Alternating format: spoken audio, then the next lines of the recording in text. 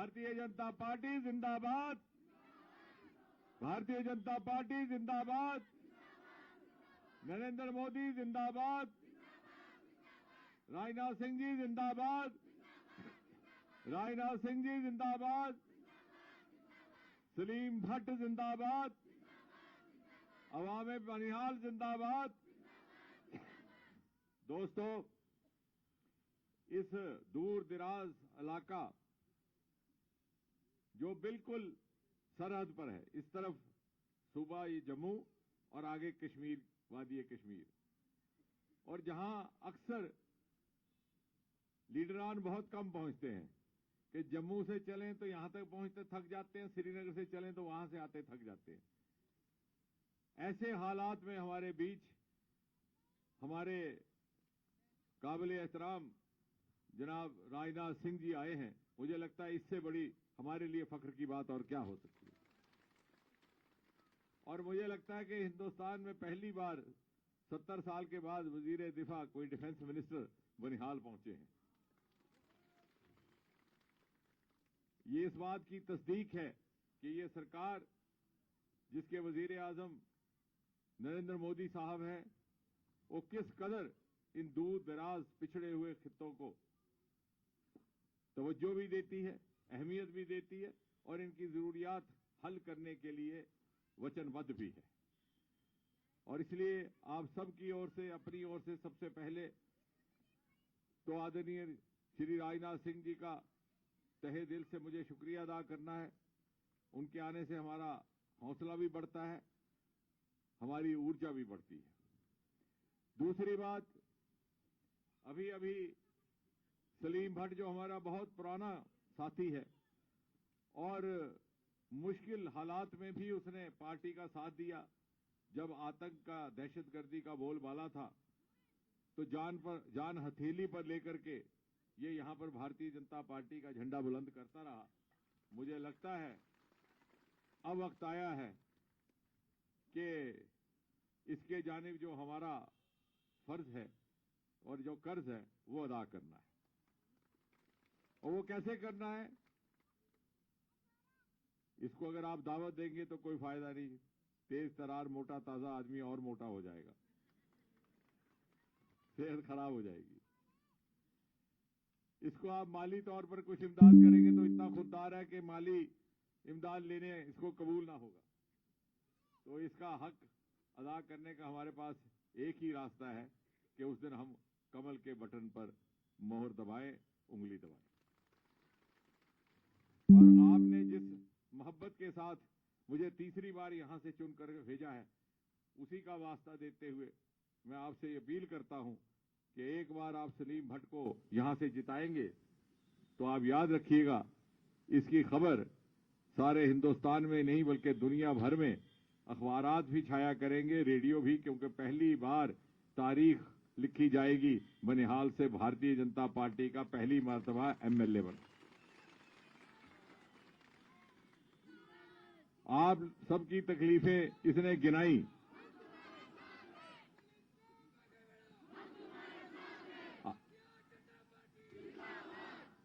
एक एक करके इसने आपके मसाइल अभी गिन करके सुनाए,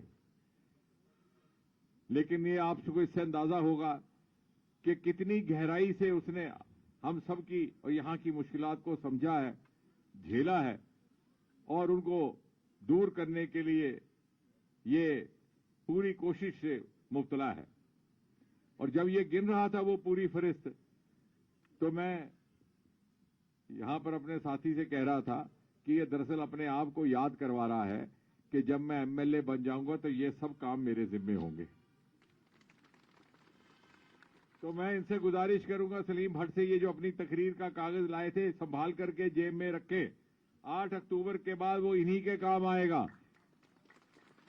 और हम अगर चाहते हैं ईमानदारी से कि हमारे सारे मसाइल हल हों हमारी तौक़ात के मुताबिक, तो हमारे लिए लाजिम है कि हम सलीम को असेंबली में बनिहाल की आवाज पर आकर के भेजें। दोस्तों, ये भारतीय जनता पार्टी की सरकार है, मोदी जी की सरबराही में ये सरकार है। इससे पहले यहां पर कोई ऐसा वक्त ना गुजरा जब यहां के एमएलए रियासत में कोई आला तरीन वजीर ना रहे हों, लेकिन ये मोदी जी के आने के बाद हुआ। यहां टनल भी बनने लगे, यहां नेशनल हाईवे भी बनने लगे, यहां रेलगाड़ी भी आने लगी और बहरहाल वो एक मखसूस अहम मकाम बन गया जो वादी कश्मीर को जम्मू और बाकी के हिंदुस्तान से जोड़ने का काम करेगा रेल के जरिए। और ये आने वाले वक्त में बहुत बड़ा जंक्शन भी होगा, हमारे अगली पीढ़ी के नौजवानों के लिए रोजगार और तजारत का जरिया भी होगा। तो आप अंदाजा लगा सकते हैं कि अगर इसी रफ्तार से हमारी तरक्की का कारवां चलता रहा, जिस रफ्तार से मोदी जी की सरबराही में पिछले 10 साल से चल रहा है, तो आने वाले वक्त में हमारी पीढ़ी के लिए कितना रोशन मुस्तकबिल है। आपको ये भी याद करवा दूं, अभी एसपीओ की बात की तो आदरणीय राजनाथ सिंह जी उस समय वजीर दाखिला थे, होम मिनिस्टर थे। इन्हीं के आगे ये मुतालबा रखा गया था कि दूर पहाड़ों पर जो हमारे एसपीओ हैं उनको महज 3000 मिलता है।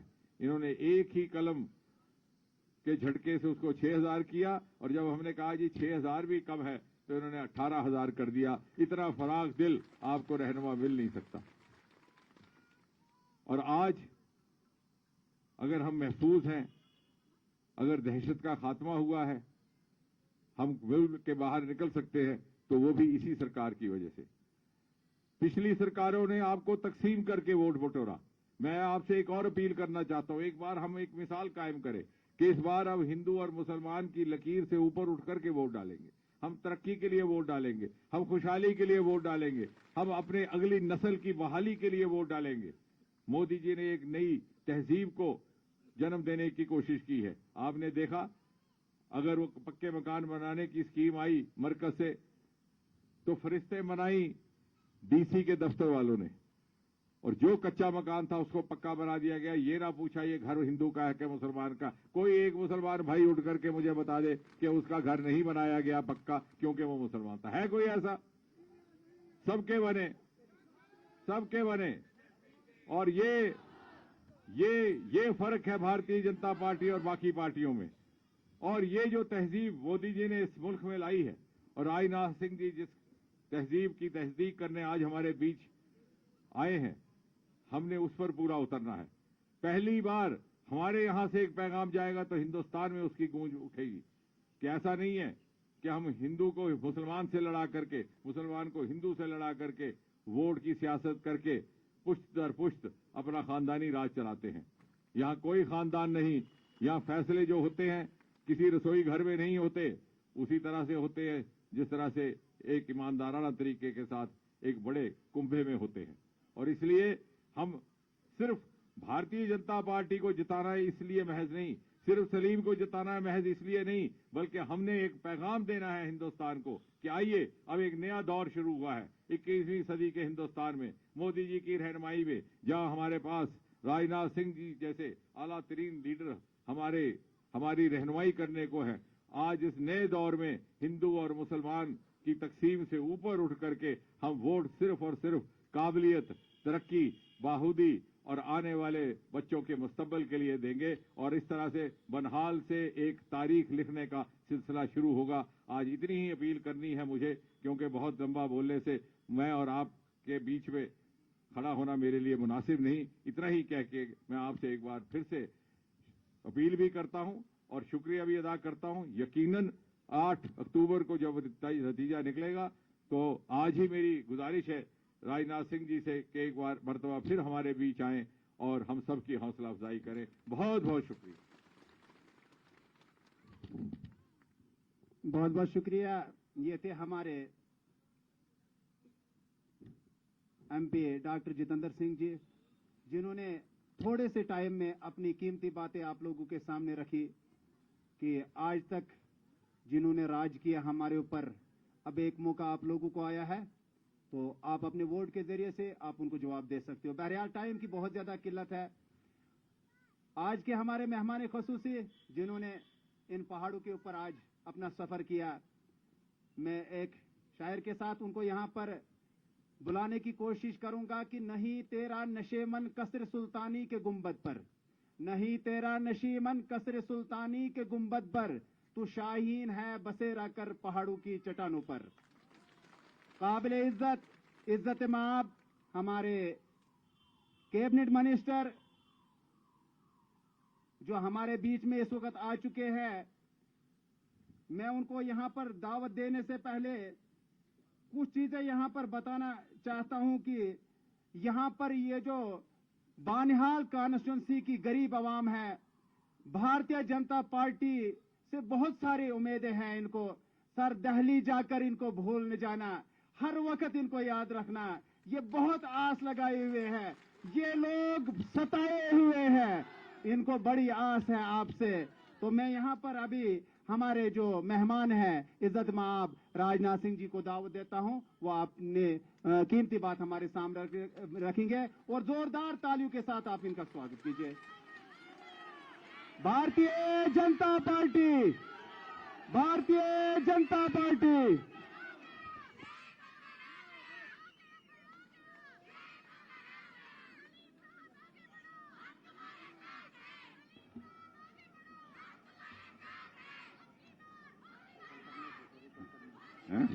ओके, ठीक है।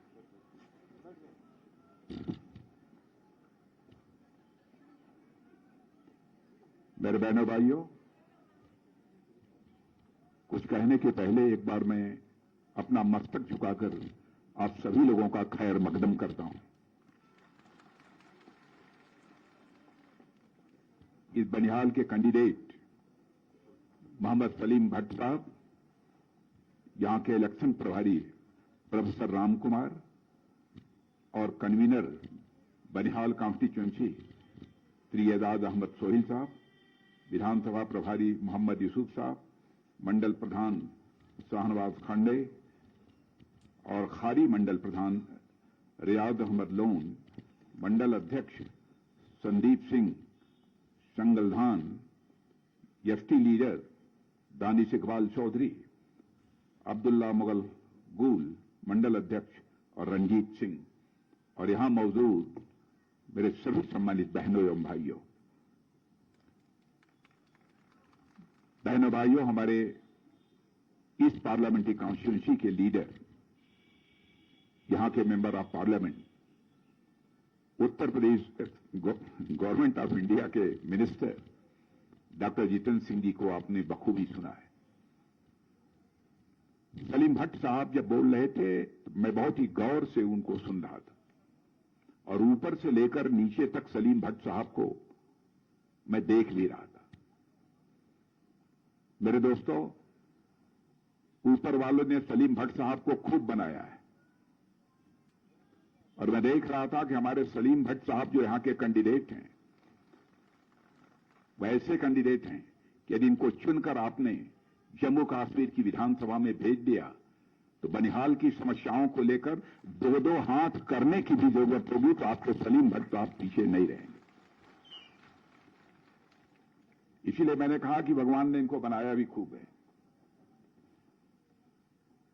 और आज यदि आप सबके सामने आया हूं तो भारतीय जनता पार्टी के लिए वोट मांगने आया हूं। मैं जानता हूं कि बहुत सारी ऐसी ताकतें हैं जो भारतीय जनता पार्टी को लेकर आपके अंदर एक नफरत का भाव पैदा करने की कोशिश करती हैं। लेकिन आप मुझे भी जानते होंगे, हमारी सरकार को, हमारे प्रधानमंत्री को भी काम करते हुए आपने देखा है, प्रधानमंत्री को भी आपने ठीक तरीके से आजमाया भी है। हम लोग कभी भी कास्ट, क्रीड और रिलीजन की पॉलिटिक्स नहीं करते। हम पॉलिटिक्स करते हैं तो इंसाफ और इंसानियत, जस्टिस और ह्यूमैनिटी की पॉलिटिक्स करते हैं।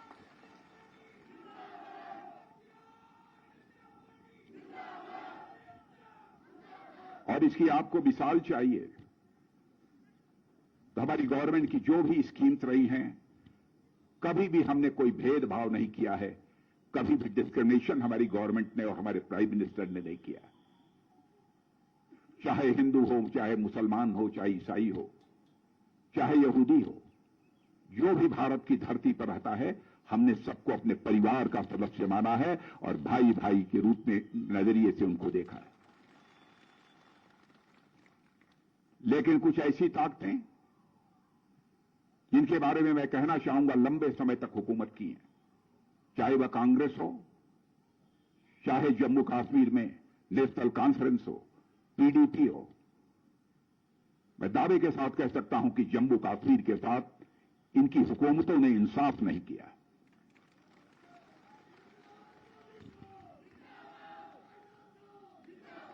रिलीजन के आधार पर आपके जज्बात को, आपकी भावनाओं को उभार कर बराबर इन्होंने वोट हासिल करने की कोशिश की है। लेकिन मैं बतलाना चाहता हूं कांग्रेस के दोस्तों को, एनसी के दोस्तों को और पीडीपी कि पॉलिटिक्स केवल सरकार बनाने के लिए नहीं की जानी चाहिए। पॉलिटिक्स यदि की जानी चाहिए तो समाज बनाने के लिए की जानी चाहिए, देश बनाने के लिए की जानी चाहिए।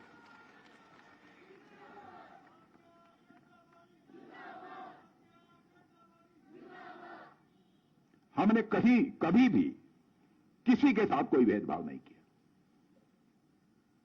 हमारी आर्मी यहां रहती है।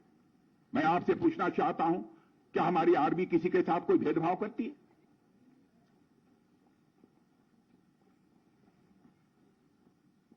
और आप लोग तो अब सौभाग्यशाली हैं कि धारा 370 को हमने समाप्त किया है। किस लिए समाप्त किया है? आपकी बदहाली को समाप्त करने के लिए और जम्मू कश्मीर के लोगों को खुशहाली लाने के लिए हमने लोगों ने धारा 370 को समाप्त किया। धारा 370 ने आपको दिया क्या है? बराबर चाहे कांग्रेस हो, चाहे नेशनल कॉन्फ्रेंस हो, पीडीपी हो, आपको गुमराह करते हैं। धारा 370 समाप्त कर दिया। जम्मू कश्मीर के लोगों के साथ बीजेपी की गवर्नमेंट ने डिस्क्रिमिनेशन किया है। बीजेपी कैसे गवर्नमेंट चलाती है इसकी एक मिसाल आपके मैं सामने रखना चाहता हूं और मैं कहना चाहता हूं, हमारी कोई भी बात गलत हो, आप पब्लिकली उसे कंडम करिए, मैं आपका स्वागत करूंगा, क्योंकि मैं आपकी आंखों में धूल झोंक कर आपका समर्थन हासिल नहीं करना चाहूंगा। आपका समर्थन हासिल करना चाहूंगा तो आपके नजरों से नजर मिलाकर मैं समर्थन हासिल करना चाहूंगा।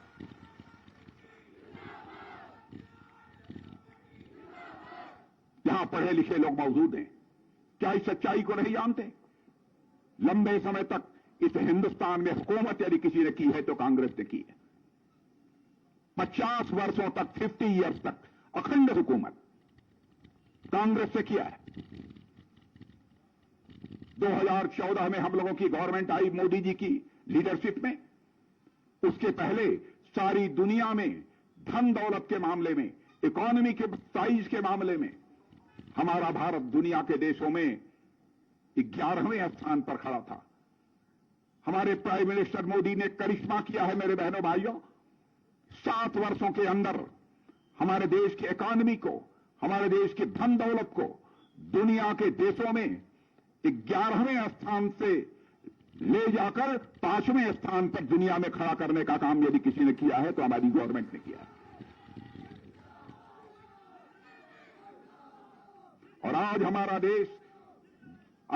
देश जितनी तेजी के साथ आगे बढ़ रहा है, दुनिया के बड़े बड़े इकोनॉमिस्ट, बड़े बड़े अर्थशास्त्री अब यह दावा कर रहे हैं कि भारत आज जितनी तेजी के साथ आगे बढ़ रहा है, इस सच्चाई को, इस हकीकत को नकारा नहीं जा सकता है कि 3 वर्ष के अंदर ही हमारा भारत इकोनॉमी यानी अर्थव्यवस्था के आकार के मामले में दुनिया की टॉप 3 कंट्रीज में आकर खड़ा हो जाएगा। एक होगा अमेरिका और दूसरा होगा चाइना, तीसरा यदि कोई देश होगा तो हमारा और आपका देश या भारत होगा। काम करके हम लोगों ने दिखाया। धारा 370 थी, क्या यह सच्चाई नहीं है? जब भी विधानसभा चुनाव होते थे, लोकसभा चुनाव होते थे, 10% की पोलिंग होती थी, 15% की होती थी, यहां तक कि 8% की पोलिंग होती थी। धारा 370 हम लोगों ने समाप्त किया। बहनों भाइयों, पहली बार लोकसभा के चुनाव में मोर देन 58% की पोलिंग यदि हुई है तो जम्मू कश्मीर में हुई है। दहशत का माहौल हम लोगों ने पैदा किया था कि इन हुक्मरानों ने पैदा किया था, जिन्होंने लंबे समय तक यहां पर हुकूमत की है। आपकी आंखों में धूल झोंक कर आपका समर्थन हासिल करते हैं, आपसे आंखों में आंख डालकर वोट मांगने की इनके अंदर हिम्मत नहीं है। सारी हकीकत को आप अच्छी तरह समझते हैं।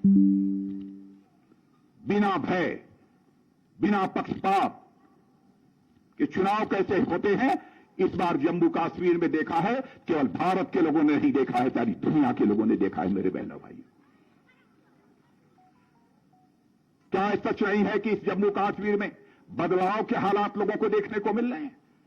क्या पहले से सड़कें बेहतर नहीं बनी हैं? क्या यहां पर हाईवे नहीं बने हैं? जिनके पास रहने के लिए मकान नहीं था, मकान हमारी सरकार ने नहीं मुहैया कराया। जिनके घरों में पानी नहीं पहुंचता था, पानी नहीं मुहैया कराया। टॉयलेट, शौचालय जिन घरों में नहीं था, उन घरों में शौचालय होना चाहिए। नेक नियत इंसान ही इन सब सारी चीजों के बारे में सोच सकता है मेरे बहनों भाई। फिर भी हमारे ऊपर इल्जाम लगाया जाता है। नेशनल कॉन्फ्रेंस और कांग्रेस कहती है हम आएंगे तो फिर से धारा 370 लाएंगे। बहनों भाइयों, मैं कहकर जा रहा हूं, हम जम्मू कश्मीर को खुशहाली चाहते हैं। जम्मू कश्मीर को हम हिंदुस्तान का अव्वल दर्जे का एक स्टेट बनाना चाहते हैं। धारा 370 हम किसी भी सूरत में नहीं आने देंगे। आतंकवादी वारदातें होती थी, क्या आतंकवादी वारदातों में हिंदू मारे जाते थे?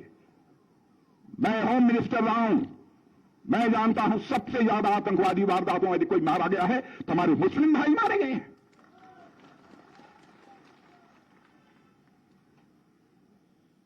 फिर रिलीजन के नाम पर आपको लोग गुमराह करते हैं। बहनों भाइयों, देश ऐसे नहीं चलता है। हमारे डॉक्टर जितेंद्र सिंह कोई छोटी मोटी शख्सियत नहीं है। आपके मेंबर ऑफ पार्लियामेंट हैं, तो वहीं पर हमारे भारत सरकार के एक मिनिस्टर भी हैं। और आप सब लोगों ने ऐसा मेंबर ऑफ पार्लियामेंट चुना है कि आपका member of parliament doctor Jitendra Singh जब भारत की संसद में खड़े होते हैं, पिन ड्रॉप साइलेंस पूरी पार्लियामेंट में रहता है।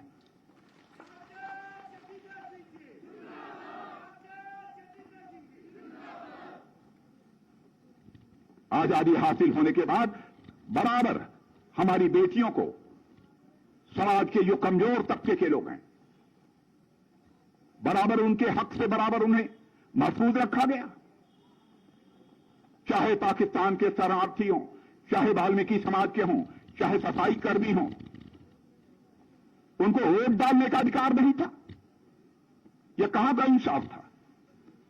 शेड्यूल्ड ट्राइब, एसटी समुदाय के लोगों, असेंबली में उनके लिए सारे हिंदुस्तान में सीट रिजर्व है, लेकिन जम्मू कश्मीर में धारा 370 है, इसमें सीट रिजर्व नहीं रहेगी। बहनों भाइयों, एसटी समुदाय के लिए भी हम लोगों ने सीट रिजर्व किया है, उस पर केवल एसटी समुदाय ही लड़ेगा।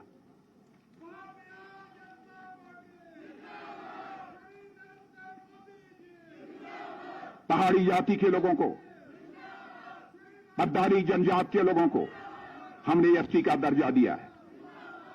OBC, other backward classes, Hindu में भी बैकवर्ड क्लासेस हैं, मुस्लिम से भी बैकवर्ड क्लासेस हैं, उनको नगर निगम में, नगर पंचायत में, पंचायतों में हमने रिजर्वेशन दिया है। बहनों भाइयों, क्यों?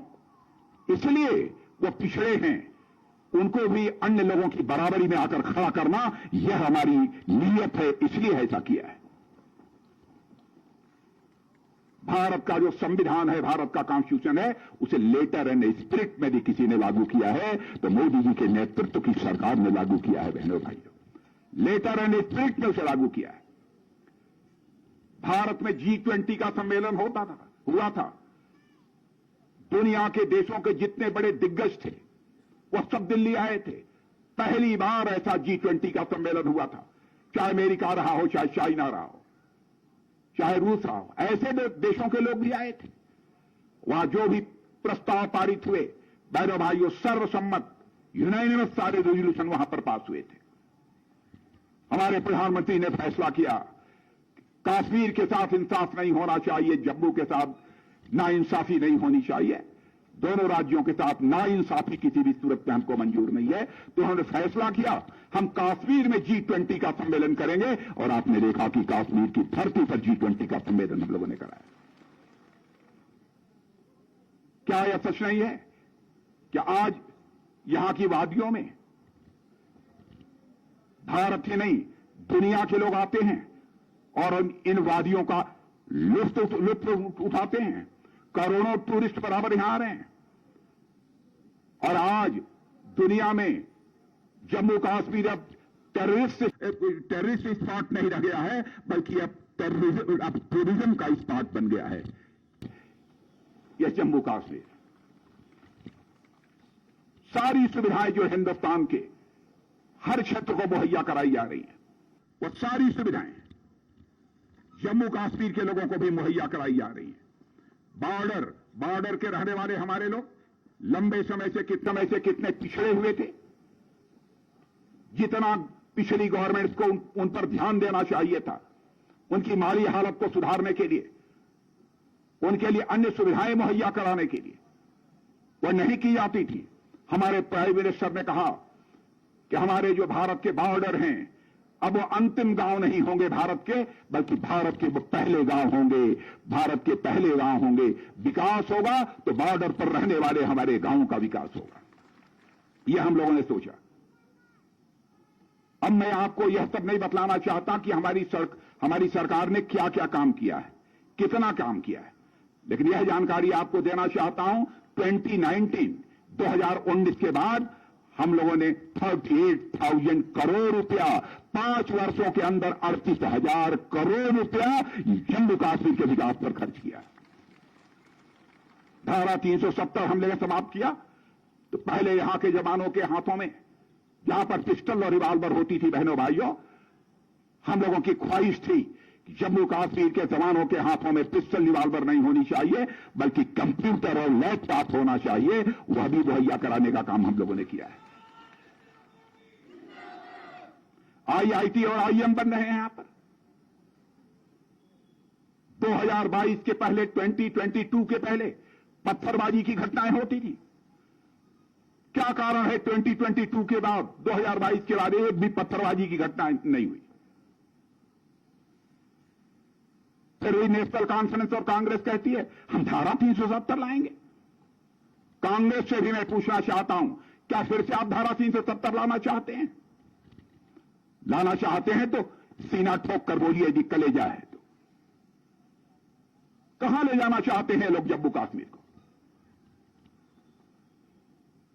मैं एक सीधा आरोप लगाना चाहता हूं कि जम्मू कश्मीर को किसी ने लूटा है तो जम्मू कश्मीर के लोगों ने नहीं लूटा है। लूटा है तो नेशनल कॉन्फ्रेंस ने लूटा है, कांग्रेस ने लूटा है, PDP ने लूटा है। दीमक की तरह इन लोगों ने चाटा है, दीमक की तरह जम्मू कश्मीर को इन लोगों ने चाटा है। आतंकवादियों के प्रति इनकी हमदर्दी रहती है क्या बहनों भाइयों? चाहे हिंदू हो, मुसलमान हो, ईसाई हो, कोई रिवाल्वर की गोली चलाकर उसकी जिंदगी ले ले, यह आपको मंजूर है? इसको हमने समाप्त किया तो ये हम लोगों का अपराध है, यह पाप हम लोगों ने किया है। भारत का गृह मंत्री रहते हुए उस समय PDP की सरकार थी। बहनों भाइयों, मुझे यहां के लोगों ने कश्मीर वैली में यह बतलाया कि साहब यहां के 9 साल, 10 साल, 8 साल, 11-12 साल के बच्चों के ऊपर पत्थरबाजी के मामले में केसेस चल रहे हैं। बहनों भाइयों, आपको जानकर खुशी होगी, शायद उस समय आपको मालूम हुआ होगा, राजनाथ सिंह ने कहीं किसी की परवाह नहीं की। मैंने कहा बच्चे तो बच्चे होते हैं, चाहे हिंदू हो, चाहे मुसलमान हो, चाहे ईसाई हो, सारे केसेस उनके वापस कर लिए जाए। कहां इंसानियत में हम लोगों की कोई कमी रही है? क्यों आपको ये लोग गुमराह कर? हम बीजेपी के कम्युनल थे, वो कौन से कम्युनल थे? आपने उनके लिए दरवाजा बंद कर दिया, आप बातचीत करने को तैयार नहीं थे। और मेरे बहनों भाइयों, यह भी बतलाना चाहता हूं, धारा 370 की समाप्त होने के बाद अब 890 जो हमारे केंद्र के कानून हैं वह जम्मू कश्मीर में ही अब लागू होंगे। कोई मां का लाली से रोक नहीं सकता है। 5 साल के अंदर मैं प्रेस के दोस्तों से भी कहना चाहता हूं, मेरी कोई भी बात गलत हो तो अखबार के पन्नों पर लिख दें। मेरी गलती होगी तो मैं सिर झुकाकर माफी मांग लूंगा। क्योंकि जनता की आंखों में धूल झोंक कर मैं समर्थन नहीं चाहता हूं, आंखों में आंख डालकर मैं समर्थन लेना चाहता हूं। पाक ऑक्युपाइड कश्मीर के बारे में जो मन में आता है बराबर बोल देते हैं। बहन भाई, है तो जम्मू कश्मीर ही हो। और आपको मैं बताना चाहता हूं, एडिशनल सॉलिसिटर जनरल पाकिस्तान के कोर्ट ने एक हलफनामा दाखिल किया और उन्होंने पीओके के बारे में यह कहा कि यह फॉरेन लैंड है, पाकिस्तान की नहीं है। जब यह हलफनामा उन्होंने कोर्ट में दाखिल कर दिया कि पाक ऑक्युपाइड कश्मीर पीओके यह फॉरेन लैंड है, तो मैं कहना चाहता हूं पीओके हिंदुस्तान का था, है और रहेगा। हम पीओके की खुशहाली के लिए भी काम करेंगे, लेकिन फैसला यह पीओके के लोगों के हाथों में है। मैं उस संबंध में कुछ नहीं कहना चाहता। आतंकवादी गतिविधियों को हम किसी भी सूरत में मंजूर नहीं करेंगे। बहनों भाई, पाकिस्तान से बातचीत करने की बात कुछ लोग करते हैं, मैं कहता हूं पाकिस्तान एक काम कर दे, आतंकवाद का सहारा लेना बंद कर दे। कौन नहीं चाहेगा कि हमारे पड़ोसी देशों के साथ रिश्ते बेहतर हों, क्योंकि इस हकीकत को मैं जानता हूं बहनों भाइयों, जिंदगी में दोस्त बदल जाते हैं लेकिन पड़ोसी नहीं बदलता है। हम चाहते हैं बेहतर रिश्ते बनाने, लेकिन पहले वह आतंकवाद को रोके, उसके बाद जिस स्तर पर भी बात करनी होगी वह करेंगे। आतंकवाद ने, मैं आंकड़े देना चाहता हूं, 85% मुस्लिम भाइयों की जिंदगी ली है। हमारे प्रधानमंत्री यदि हिंदुस्तान को एक डेवलप्ड नेशन बनाना चाहते हैं, विकसित भारत बनाना चाहते हैं, तो साथ ही साथ जम्मू कश्मीर को भी हम एक डेवलप्ड स्टेट बनाना चाहते हैं, विकसित जम्मू कश्मीर बनाना चाहते हैं। इसीलिए हम लोगों ने कई फैसले किए हैं। आपके घर की, ये माताएं बहनें बैठी यहां पर, जो आपके घर की सबसे बड़ी हमारी मां होगी, हमारी बहन होगी, उम्र में जो घर की सबसे बड़ी होगी, उसे हर साल 18,000 रुपया देंगे। 18,000 रुपया देंगे यदि हमारी सरकार बने।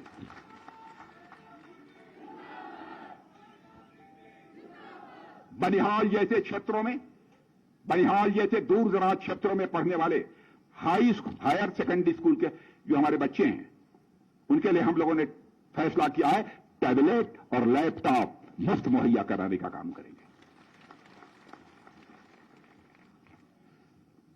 तवी नदी पर एक बढ़िया रिवर फ्रंट हम डेवलप करेंगे। रामबन बनिहाल के कुछ इलाकों में टूरिस्ट डेस्टिनेशन की भी स्थापना करेंगे। बनिहाल में भी टूरिस्ट डेस्टिनेशन, ताकि यहां पर भी टूरिस्ट बड़ी संख्या में आ सकें। आयुष्मान भारत, 5 लाख रुपए तक का मुफ्त इलाज, जिनके पास कार्ड है, जिनके पास कार्ड नहीं है, जो इसके हकदार हैं, वह कार्ड ले लें। सारे हिंदुस्तान में 5 लाख रुपए तक का मुफ्त इलाज। 70 साल के जो ऊपर के हैं उनका भी, 70 साल के, चाहे उनकी इनकम कुछ भी हो, किसी कास्ट, किसी क्रीड, किसी रिलीजन के क्यों न हो, यदि बीमार पड़ जाएंगे तो 5 लाख रुपए तक का मुफ्त इलाज किया जाएगा, मुफ्त इलाज किया जाएगा। लेकिन जम्मू कश्मीर के लिए हम लोगों ने फैसला किया है 5 लाख के अलावा 2 लाख हमारी राज्य सरकार देगी, 7 लाख रुपए का मुफ्त इलाज करेंगे। बहनों भाइयों, बहुत सारे ऐसे फैसले हम लोगों ने किए। जम्मू और श्रीनगर दोनों में मेट्रो रेल सुविधा भी हम प्रारंभ करेंगे। इसी प्रकार पश्चिमी पाकिस्तान के शरणार्थियों और पाक ऑक्युपाइड जम्मू कश्मीर के शरणार्थियों, वाल्मीकि समाज और गोरखा समाज के लोगों को रिहेबिलिटेट करने का, पुनर्वास करने का भी काम यदि कोई करेगा तो भारतीय जनता पार्टी की गवर्नमेंट करेगी। इसलिए मैं आप सभी से अपील कर रहा हूं, आप यदि मुझे जानते होंगे, लंबे समय से बीजेपी में काम कर रहा हूं, 2 बार पार्टी का अध्यक्ष रहा हूं, मुख्यमंत्री भी रहा हूं, गृह मंत्री भी रहा हूं, सब रहा हूं। बहनों भाइयों, कभी भी कास्ट, क्रीड और रिलीजन के आधार पर मैंने कोई भी भेदभाव नहीं किया है, कभी नहीं किया है। कोई बतला दे, सबके साथ अच्छे दोस्ताना रिश्ते रखते हैं, यही हमारी पार्टी की खूबी है। और मैं आपसे कहने आया हूं, कि हमारे सलीम भट्ट